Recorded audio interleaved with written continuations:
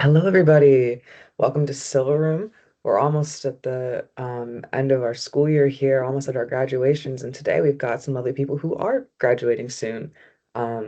Julie, who is a poet, is graduating just in the end of like next week, and I know Max is almost there in terms of a couple more semesters left. Um, I'm really excited to have these wonderful readers with us here today. Are you guys ready to go? All right, wonderful. To start off with Max Gordon. Max Gordon is an MFA student in fiction at the online writing workshop at the University of New Orleans. Outside of graduate school, he is a high school English teacher and basketball coach in Concord, New Hampshire, where he lives with his wife, children, dogs, and chickens. Max, take it away. Sure. Thank you so much, Bracken. I appreciate being here. And thanks for those who are tuning in or watching this recording. I'm going to read the first 7 pages or so of a story that I wrote for a workshop here at UNO and have been working on revising and submitting to places. This story is called Alpenglow. The difficulty of a hike is typically categorized in one of three ways: easy, moderate, or difficult. Occasionally, there are gradations of these categories to better explain the challenge. Easy with moderate sections, first 3 miles moderate, last mile very difficult, steep scramble at the end, and so on. More often than not, these descriptions are bullshit. Any hiker knows that an easy hike could include a half mile of stair climbing so treacherous that your quads lock into permanent cramp. And what about the way down? A difficult hike could simply be long, or the steep scramble of lore could offer such beautiful exposed views and a nostalgic return to the crawling play of childhood that you don't even realize it's difficult. There is no one governing board producing trail ratings. In the old days, there were books and pamphlets put out by the Forest Service that were relatively accurate. Now it's just blog posts and apps with so many contributors and commenters that the only guarantee is total inconsistency. However, if you research Knife's Edge Trail to the summit of Mount Katahdin in Maine, you will find one of the most aptly described degrees of difficulty: sign the will. New Englanders, particularly Mainers, are not prone to hyperbole. So understand this admonishment to get your affairs in order is not to be taken lightly. Knife's Edge is the least traversed of the 9 trails that lead to the summit of Mount Katahdin. Katahdin is the northern terminus of the Appalachian Trail. Many of those summiting the peak have spent months on the trail and are so tired, emaciated, bearded, and bedraggled that they will choose the easiest path to the summit, the Saddle Trail. Others may choose Able Trail, the shortest trail, which includes a mile of exposed big rock scrambling that stokes the ego and offers panoramic views of rural Maine with its lakes and forests in sublime isolation. Knife's Edge, though, is not for the faint of heart. Imagine a sharp knife, say a chef's knife for mincing garlic or a fillet knife for skinning a fish. Now imagine how narrow the blade section of that knife is. That is Knife's Edge Trail up the eastern slope of Mount Katahdin. A trail in name and in markings, but if you think it is a trail in the sense of a dirt footpath, you are gravely mistaken. It is simply a trail of jagged rocks and boulders about 2 feet wide, marked only by blue blazes painted onto these rocks and a few infrequent cairns that don't look much different from the trail itself. On both sides, the trail drops steeply down a rock face. If you fall, the only thing that would stop you is the boulder that would simultaneously wreak havoc on your internal organs. And yet, this trail is just wide enough and just traversable enough to offer a sign the will challenge for those willing to do just that. In the past 90 years, Knife's Edge has taken 60 lives, making it the single most dangerous trail east of the Mississippi. But this story is about more than a trail. It is about the people who climb it, particularly 2 people who never got to finish it together. In the still dark of a Saturday morning in early October of 2024, Eva Taylor began to write her will on a pink sticky note she found in the junk drawer. She thought about her belongings, their home in South Portland, an Australian shepherd named Simon, about $25,000 in the bank and more in her retirement, even more coming once her lawyer settled Mark's affairs. But who would she write a will for? Mark was dead. colon cancer, 2 months now. She had no siblings. She was 4 months pregnant, she couldn't forget. But the fetus, the size of an avocado now, bound its fate to her own. Her parents were in Florida, retired and comfortable and happy near the water in St. Augustine. And no one writes a will to their parents, right? So when Eva finished her coffee at the four-seat dinette Mark, a contractor, had built in their kitchen, she crumpled up the pink note and tossed it in the trash can by the sink. She filled her water bottle, grabbed her backpack, locked the door, and urged Simon into the back of the Subaru, bound for a quick drop-off at Cape Elizabeth Veterinary Clinic before setting her navigation system to Katahdin Woods Campground, 4 hours north. Eva didn't get far along I-95 before her thoughts drifted to Mark. He left behind Eva, Simon, his contracting business, and half-finished wainscoting in the nursery he'd begun to paint sage green. Mark, even before his sense of urgency was accelerated by his cancer diagnosis, had lived his life by a single mantra: one climbs, one sees. Mark had grown up in Fryeburg, Maine, where his parents worked just across the border in North Conway, New Hampshire, as wilderness guides. In his childhood home, a much venerated piece hung above the old stone fireplace. Framed by rough-sawn wood, it was a quotation from the 20th century writer and alpinist René Dumont. "You cannot stay on the summit forever," it read. "You have to come down again. So why bother in the first place? Just this: what is above knows what is below, but what is below does not know what is above. One climbs, one sees." Mark had those last 4 words tattooed on his left forearm.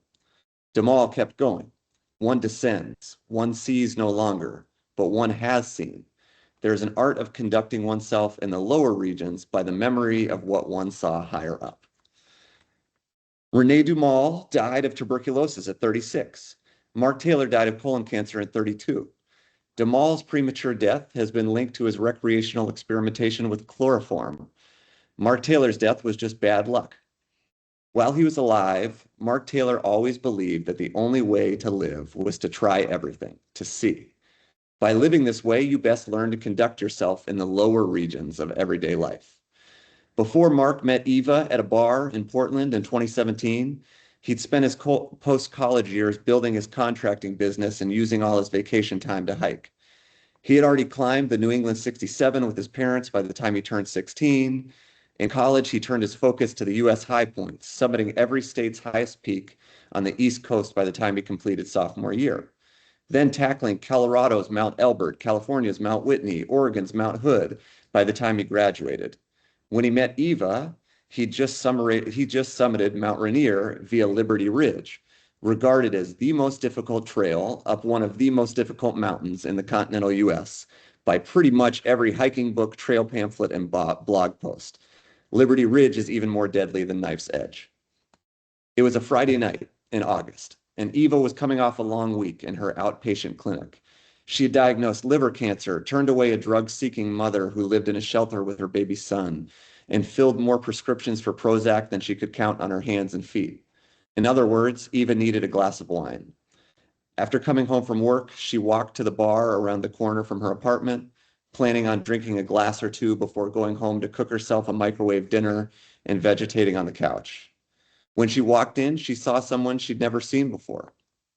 This bar, Luna, was a somewhat upscale haunt for wine, cocktails, tapas. So this man, wearing a pair of corduroy shorts and a t-shirt with a navy blue flannel strewn over it, commanded attention. His cheeks were ruddy, his smile big and white, his hair a disheveled brown mess. He was telling some story. Eva heard the words Black Bear, which was no new phrase for Maine, and Rock Ptarmigan, which meant nothing to her. And he had the rapt attention of a bartender and a few patrons. Eva sat at the other end of the bar and ordered a Pinot. After she finished her glass of wine, she looked up to see this character sliding down the bar in her direction, leaving one seat in between them. "Nice suit," he said, nodding towards her. "Nice shorts," Eva said. Mark laughed. "Hey, I changed out of my hoodie," he said. "What do you do?" "I'm a nurse practitioner," she said. "I work at primary care at Maine Medical." "No scrubs?" Mark asked. "Primary care, not emergency care," she said. "I'm sure there's still some rough stuff." "Yeah, well, mostly physicals and prescriptions, but it's not easy. I'm sure, Mark said. In his sure, which sounded more like sure, Eva caught Mark's main accent. She smiled. What about you? She asked. I just hiked Mount Rainier in Washington State. Mark quickly stumbled and explained that he owned his own contracting business in Scarborough. Hiking Rainier was his 2-week vacation. Cool, Eva said numbly. Do you hike? Mark asked. No, not really. I grew up in the city. I played soccer and volleyball, track. I never really had any other hobbies. That's too bad, Mark said. I don't think so, Eva said. There's nothing like hiking. Mark was getting animated now. And what's the point of being in northern New England if you're not going to climb some mountains? I don't really get the appeal, Eva said. Hours and hours of driving, for hours and hours of walking, for a few minutes of a view. That is the appeal, Mark said. What? All of it. I'm a beach girl, Eva said. I went to Plum Island as a kid. I'm headed down to Ogunquit tomorrow with wine in my thermos and a good book. Mark laughed. The beach. Now that is some overrated bullshit. Eva couldn't help but smile. She didn't know what to make of Mark. Her patience and her existence in Maine so far were dull and gray. Mark was shades of orange and pink and red. What's your name? She asked. Mark, he said. Mark Taylor, with a slight accent hardening his A's. I'm Eva, she said. If you can make 2 convincing arguments against the beach and for the mountains, I'll buy you your next, what is that? Miller High Life? Champagne of beers, he said, smiling. This fucking guy, she thought in a caricaturized Maine accent. I'll make you a better deal, he said. I make 2 convincing arguments for the mountains and against the beach, and you go hiking with me tomorrow instead of going to Ogunquit. She smiled. She hadn't had a date in about a year. She'd been so busy finishing up her coursework while working full-time as a nurse at Mass General, so busy studying for the boards and moving to Maine that her head hadn't come above water yet. Okay, she said. Okay, Mark said. The beach. It's busy as hell. It's hard to relax with so many people around. Little kids are screaming. Birds are eating your food. Birds are out there shitting on people's heads. Sometimes there's dogs eating birds or dead fish. I've seen it. He continued his rant. And the worst part of all is that when you go in the water, you don't even feel clean. You're just salty and sandy, and your towel doesn't help because it's sandy too. Tell me, have you ever gone to the beach and figured out how to not get sandy? Mark's soliloquy stunned Eva. Now to the mountains, Mark went on. I played a few sports in high school too, baseball, basketball, football. To me, that was all about punishing the opponent. The mountains, hiking, those are sports without a scoreboard. It's you against you. You can stop anytime, turn around anytime, but you don't. He was talking with his hands now, gesticulating wildly. I don't, at least, and the views and the lakes and the rivers. Going into that water is like being reborn. And the drive into seclusion, it's all worth it. Have you ever turned around on a hike? Eva asked. Nope, said Mark. By the time Mark told Eva how he almost went hypothermic on Rainier just a week ago, being saved from his shivering death in a lean-to by another hiker's space blanket, she was convinced he was a crazy person. So she agreed to a date. Thank you. Thank you so much. All right. Next up, we have Julie Elise Landry, who is a New Orleans poet. Her work has appeared in A Minor Magazine, Midway Journal, Trampoline, Vassar Review, and more. She holds an MA in English from the University of Louisiana in Monroe, and she will receive her MFA in poetry from the University of New Orleans on May 8th. While attending UNO, she served as an associate poetry editor for Bayou Magazine and as the 2025-2026 MC for Civil Room. Go ahead, Julie.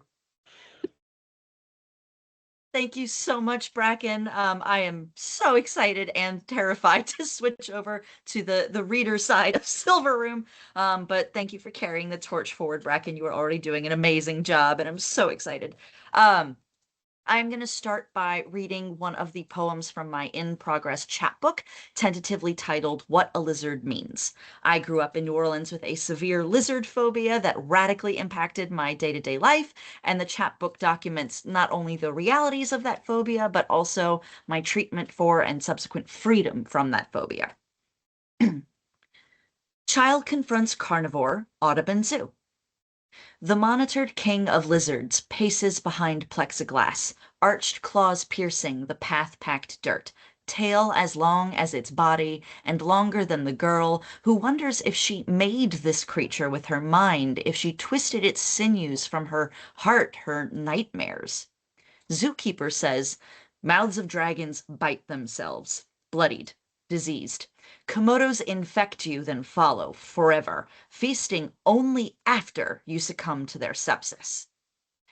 In 25 years, the girl relearns. Komodos lie in wait, then ambush their prey, killing fawns in a snap. Spend time cleaning teeth. At the zoo, she trusts plexiglass to stop a dragon. It's the statue that worries, cast in lifelike bronze, unrestricted, unenclosed, shoulders raised, like it's looking. She fixates. Already septic, the girl prepares to run. Tonal shift incoming. This next poem is an ekphrastic poem and a persona poem, a 2-for-1. It's inspired by this painting, which is The Nightmare by Henry Fuseli. I'm going to show, we have 3 main characters here. This is who I'm going to be in my persona. You also have a sleeping woman, and we have a blind horse. So those are the three main characters of this piece. Also, for anyone listening, my performance on this one does get a little loud, so adjust your volumes accordingly. Fuseli's elf in The Nightmare to the agent of intrusion. We expected no others. Close the damned door, a draft will enter. Can't have our girl waking with hallway chills. No, no, ignore the horse. She's senseless. And sit down already. From headquarters, are you? Greenhorn? Cambion? Better not be mine. I meant to be on the dreamer's chest, but she's angled all wrong. I'd slip off those satin hills. So I say damn the manuals. Rather dreamer's ribs massage my tired feet. And their stomachs, lower, that's all meant to give, to hold, to cushion. Find your own pillow to summit, but be quick about it. I am engaged in a task. You'll be bored of it too after centuries pass you. I need a fucking drink. Women everywhere waiting to be beset. And don't get me started on the scheduling. An agent needs time to do his work, to survey territories to be handled. What good torment can be done fumbling blindly at bodies in 10-minute bursts? Leisurely visits linger longer with these women, and I want to be remembered.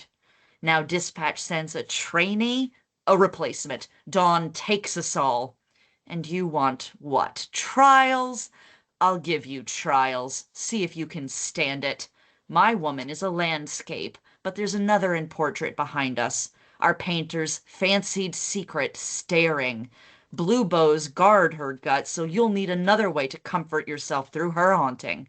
That'll teach you to enter uninvited, to be a shadow parting red curtains. No, I said ignore the horse. I decide what happens here. Okay, changing tones completely again. This is a sweet little palindrome poem. Deified. Tomorrow come see. Will we wander to where someone loves your voice? Will we answer questions of desire? The liveliness of summer breaking into fall, and us tasting spirits of times to come. Come to times of spirits tasting us, and fall into breaking. Summer of liveliness, the desire of questions. Answer, we will. Voice your loves. One, somewhere to wander? We will see come tomorrow. Next, this is one of my weirder poems, perhaps because it reflects an experience I still struggle to verbalize, but the poem is my attempt. Void washing. A slow leak in my skull renders me blind and blinking, eyes like gills at the rear view, ferrying oxygen to hidden cells. A vacuum expands and condenses, permissive and cold like a space between stars. What's left remembers my unthinking. What's left remembers booting up. It understands the steering wheel, but worlds beyond windows blur wetly into shapeless green. Inside, her? What of her? No, No mind. Blank slates build against my will in mirrors and cars, ending the process me.exe, all its encoded instructions and perpetual sense of itself. My friends take good drugs for this feeling. Finally, I'll end with another lizard poem. This one addresses the single session phobia treatment I received. Shout out to the Cognitive Behavioral Therapy Center of New Orleans. It's another persona poem, this time from the perspective of a lizard. Green Anole to exposure therapy patient. Doctor caught me at dawn before you came. Kept me in a can. Crumbs of quick-cooked noodles only looked like mealworms. I could not eat them. I couldn't even see you through my blue plastic roof. When you held me, you held the can and unconvinced yourself of me. With your consent, the doctor tried to hand me to your hands, but I fled. He caught me while you dizzied in a corner. I felt badly then for your big tall fear, and I tried to comply while your twig herded me in circuits around aluminum. Eventually, we climbed our Everest from the denim ramps of your fleshy thighs to the pilling cotton of your butterfly sleeves. I made you a monument. Thank you. Wonderful. Thank you, Julie. All right. It's now time to get into some questions. Max, you ready to chit chat for a little bit? Sure. Yeah, absolutely. Thanks. Awesome. All right. So obviously, we've got a story that's very much about hiking. Obviously, it draws your interest in some way.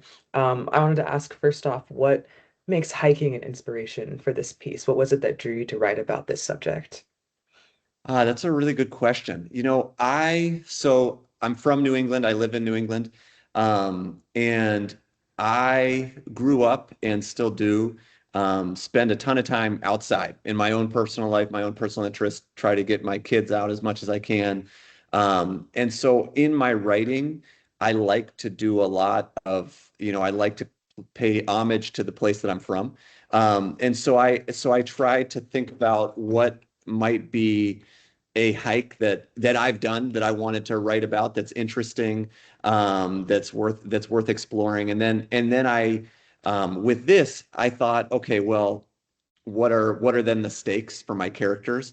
Um, and so this was really like I had a lot of things going on here. Like I think what motivated this story initially was, oh, I want to write a love story. And then at some point I decided that it wasn't going to work out.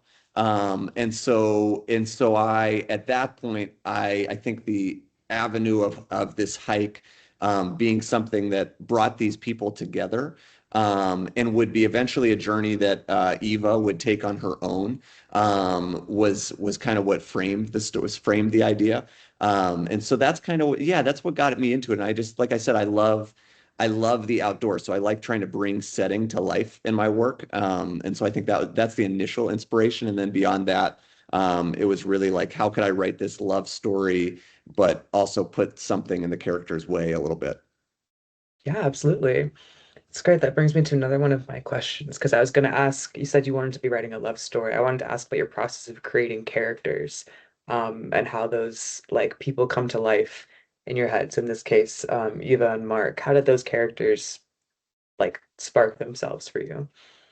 Yeah, I think, I wanted in this story, it was really how they kind of coexist. That first, I've had plenty of things that I've written where um there really is one truly central character where I want that one person's voice to be very loud and defined, and I want us to be kind of zeroed in on that character the whole time. And when I'm doing something like that, I think that I'm spending a lot more of my pre-writing and kind of my thinking process around that character.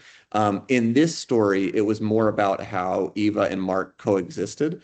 And so when I was coming up with these characters, what I wanted to do was I was thinking about how could I create these two people who are relatively different, but are going to share some commonality kind of in what they're looking for in this point in their lives. And so, I read the first half of the story or so. And in the second half, there's some sad stuff. But there's also more detail about, how they are, um, like-minded and how they come together. And so I think, yeah, like I said, I think these two, I wanted to make them different, but have them also have similar dreams, motivations, goals, that would bring them together. Yeah, absolutely. Fantastic. Last thing I wanted to ask you, obviously you're a writer, in your bio you said that you're an English teacher as well. I wanted to ask if there were any literary inspirations or literary traditions that you feel like you're following in your writing or that you feel inspired by. Oh man, a lot. I think I have gone through first and foremost, this program, the MFA program at UNO, has opened my eyes to so many new writers that I'll mention a few of those too. I think growing up, I was a pretty traditional reader. Like I grew up loving John Steinbeck for the reasons that I love to write about setting and write about outdoors, and kind of how everything he writes is an homage, for better or worse, to parts of California. And you think about the Grapes of Wrath and the Midwest and everything. And so like I think I fell in love with his writing because he was both funny and did setting so well. And then as I got a little bit older, and got into teaching, I fell in love with John Irving because he's someone who has done the English teaching part of it. He's someone who is from New England, and a lot of his work is set in places that I recognize. And so I immediately, fell in love with his writing and am trying to do similar things with some of the places I choose to write about, or some of the characters, or I try to develop, whether that's like not, short stories that take place on campuses, things like that. And then since I have come into this program, and just become a more voracious reader and a more widespread reader, I've been exposed to so much that has gotten me, that has opened my mind to other things people can do. And I think, I just read, shout out to another New Orleans writer. I just read Maggie Sheffer's The Man in the Banana Trees, the collection of short stories. And that like blew my mind of what a writer can do who's right. And, as someone who spends, my 9 to 5 in the classroom, Maggie Sheffer spent a huge part of her career there too. And so a lot of her stories about education and her experience as a teacher, and some of the, trials and tribulations, but to see the way she does it, in kind of a speculative, way, I think was just beautiful and mind blowing. So I think those are some of the writers who have always been on my mind, who have been on my mind lately. I think one of the first stories that really got me into writing was Simon Rich's Animals, because I saw how this writer could kind of capture culture in such a funny way. And so for me, yeah, that's what I'm drawn to. I'm drawn to things that feel familiar to me, and at the same time eye-opening. And I'm drawn to humor too. Like there wasn't much humor in what I read today, but I'm definitely drawn to humor too.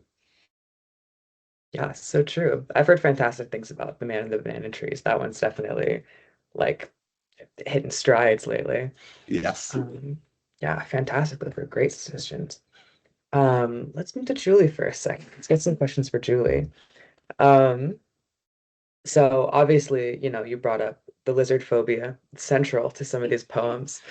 Um, I wanted to ask alongside that, what strong emotions do you feel drive your work? Obviously, there's the sense of fear, but like what else do you feel like you draw from to bring your poetry to life?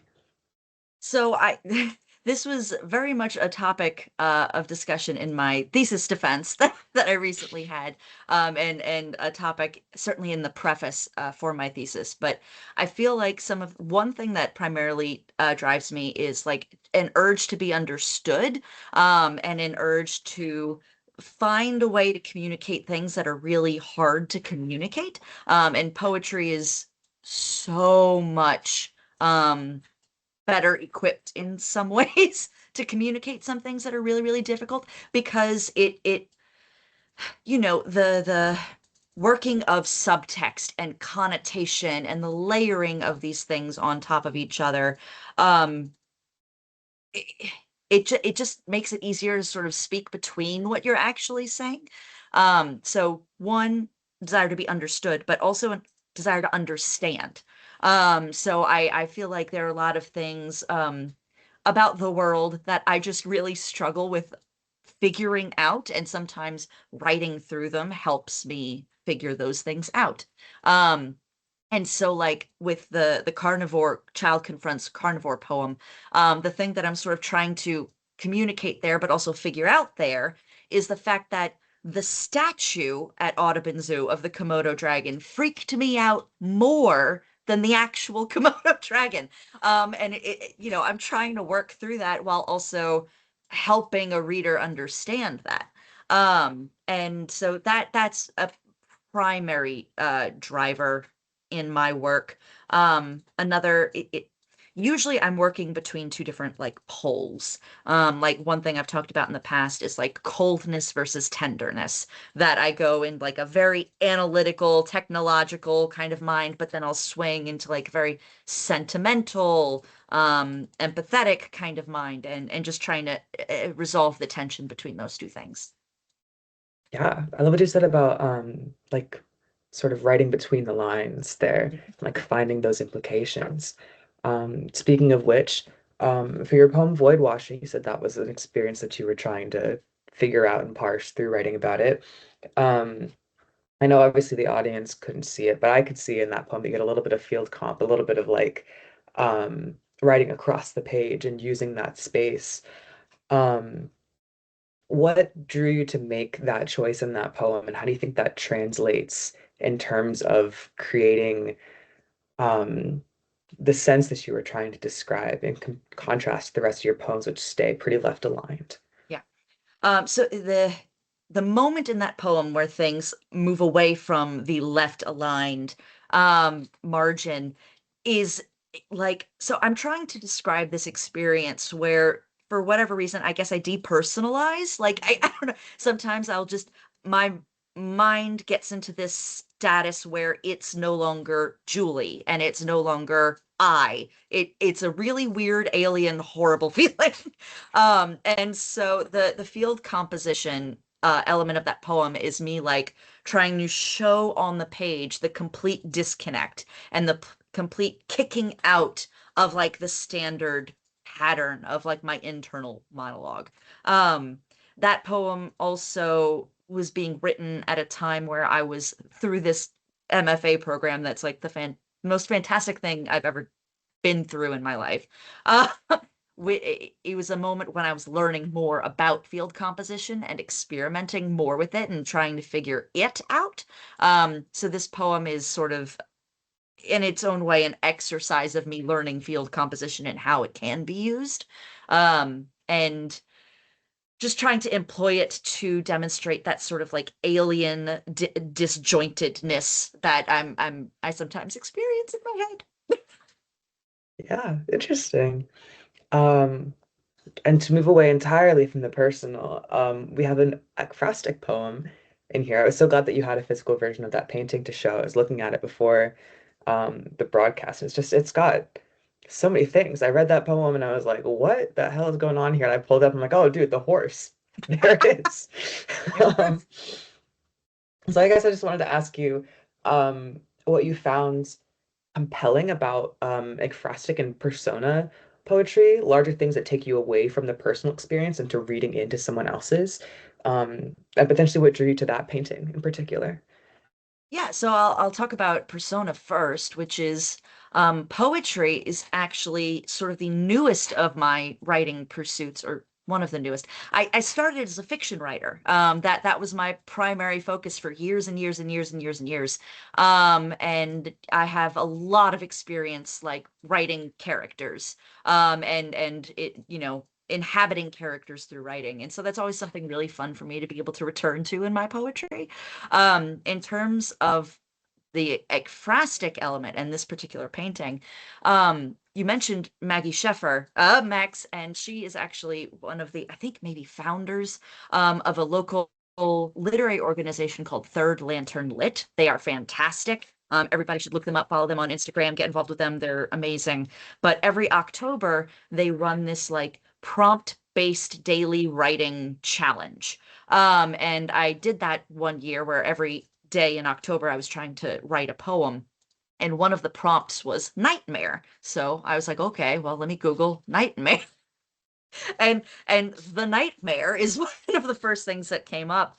And looking at that painting, I just zoomed in. I'm going to put it up here again so people can see the absolute weirdness of this facial expression, and just wanting to be like, okay, well, what is that emotion? That's like boredom. And like the fact that he's an incubus, it's a straight boredom. Frustrated boredom is a strange expression for that creature to be having. So I just wanted to learn a little bit about what that emotion could be, and then also reading about the history of this painting, where like, the shadows are specifically meant to sort of obscure the horse, that like the painter kind of doesn't want you to notice that the horse is there, pay no attention to the horse. Uh, and that on the actual, like, if we have a landscape here, if I turned it portrait, on the physical back of the original painting, there's another painting of a woman that the artist was like obsessed with, like a real human being woman. So it's a weird painting with a lot of weird history behind it. And so it all wound up driving me to write a poem that day. And that was my favorite poem out of that entire October writing challenge. Ah, wonderful. That's so interesting. Yeah. So speaking of, things that you ruminate on, I'd like to open a question up to both of you. Um, to ask about obsession and preoccupation, which was something that I noticed through both of your works. Obviously, we've got, the character of Eva really fixated on like going on this hike after what happened to her husband. We've got Julie, your lizards following you through so many things in life. Um, so I just wanted to ask about what you found the relationship between obsession and art to be and how those two might fuel each other.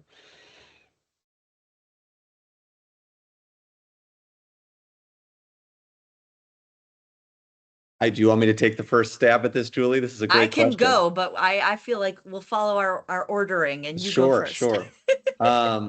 Wow. This is a great question. And I, I, I think for me, at least in my experience as a writer and, having worked with others in this program and heard many interviewed and, read a lot about it and all that stuff, I feel like all of us, ourselves have these obsessive characteristics that we are these things that we're always thinking about, and going to the page can be our way of thinking through them, and whether they're a real situation or not, or if it's simple, like, and really I think for me this story was almost like a what would I do if, or what if this happened to me, or what if this happened to my spouse, or something like that. It was almost a what if. And I think as writers, we all have these things that keep coming up over and over again in our minds. Um, and so I think sometimes just writing a story about them can be a way to make sense of them ourselves without having to maybe live through them, but to try to create them. And so I think that's one way, at least for me, that obsession comes into my writing. I think about the other thing, the other part of it for me would be the things that I'm really interested in or that I really want to explore. I might explore more in my writing. And I think that goes back to a little bit of, questions about characters or themes or plot. Those are the things I might write about often because I'm trying to dive into that world and explain it to myself or explain it to others or open it up to others.